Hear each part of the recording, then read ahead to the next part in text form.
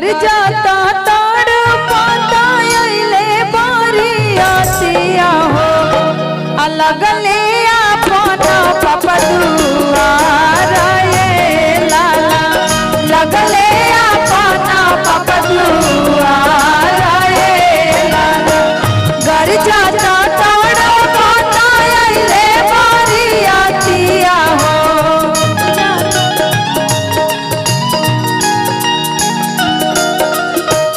घर जाता ताड़ पाता अइले बारियातिया हो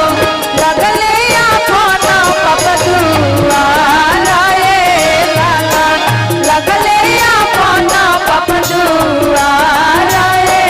लाला।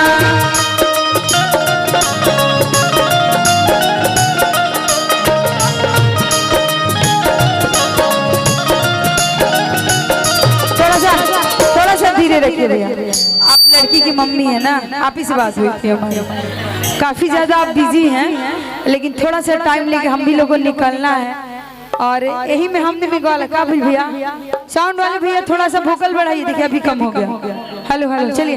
कि अपना खोरिया बाहर आए अपना पापा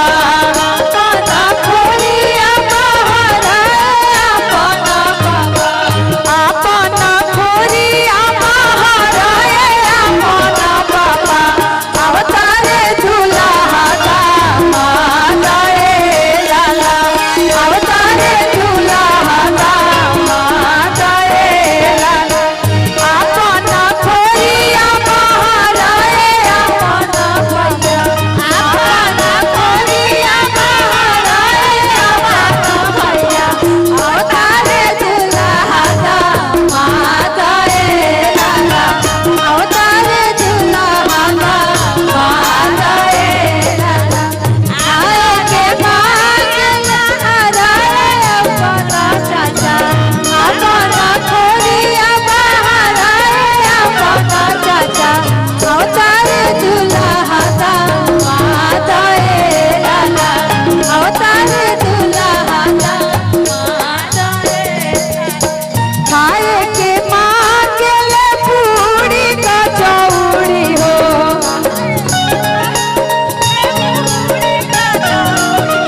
प्लीज मंच पे मत चढ़िए आप लोग, जब हम लोग उतर जाएंगे तब यहाँ भी फीमेल को रन पकड़िए। चलिए खाए के मांगे ले पूरी कचौड़ी हो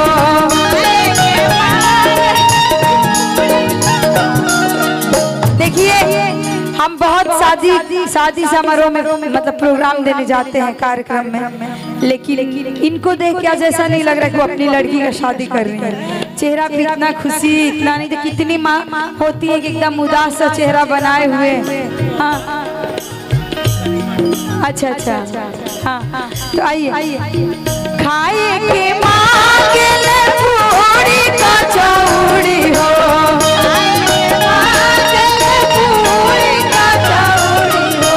पियने के मांगे ठंडा पानी ये लाला पियने के मांगे ठंडा पानी ये लाला अपना खोरिया बाहर आए अपना मामा आए अपना खोरिया बाहर आए अपना मामा अवतारे दूल्हा दामाद ये लाला अवतारे दूल्हा दामाद ये लाला बैठे के मांगे ले टेबुला कुर्सी हो बैठे के मांगे ले टेबुला कुर्सी हो लड़ने के मांगे मैदान ये लाला लड़ने के मांगे मैदान ये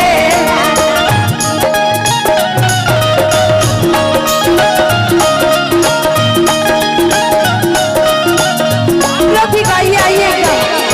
अच्छा ए बाबू रुक जाओ, ये लोग भाभी हैं, थोड़ा सा दोनों भाभी हैं ना, ये तीनों लोग फुआ हैं, यही से तीनों जाने गुट बना के पहले ही से खड़ा हुआ। हाँ क्या हुआ भैया, क्यों अप डाउन क्यों हो रहा है पूरा एकदम, वोकल कभी डाउन हो जा रहा है कभी ऊपर हो जा रहा है। Hello hello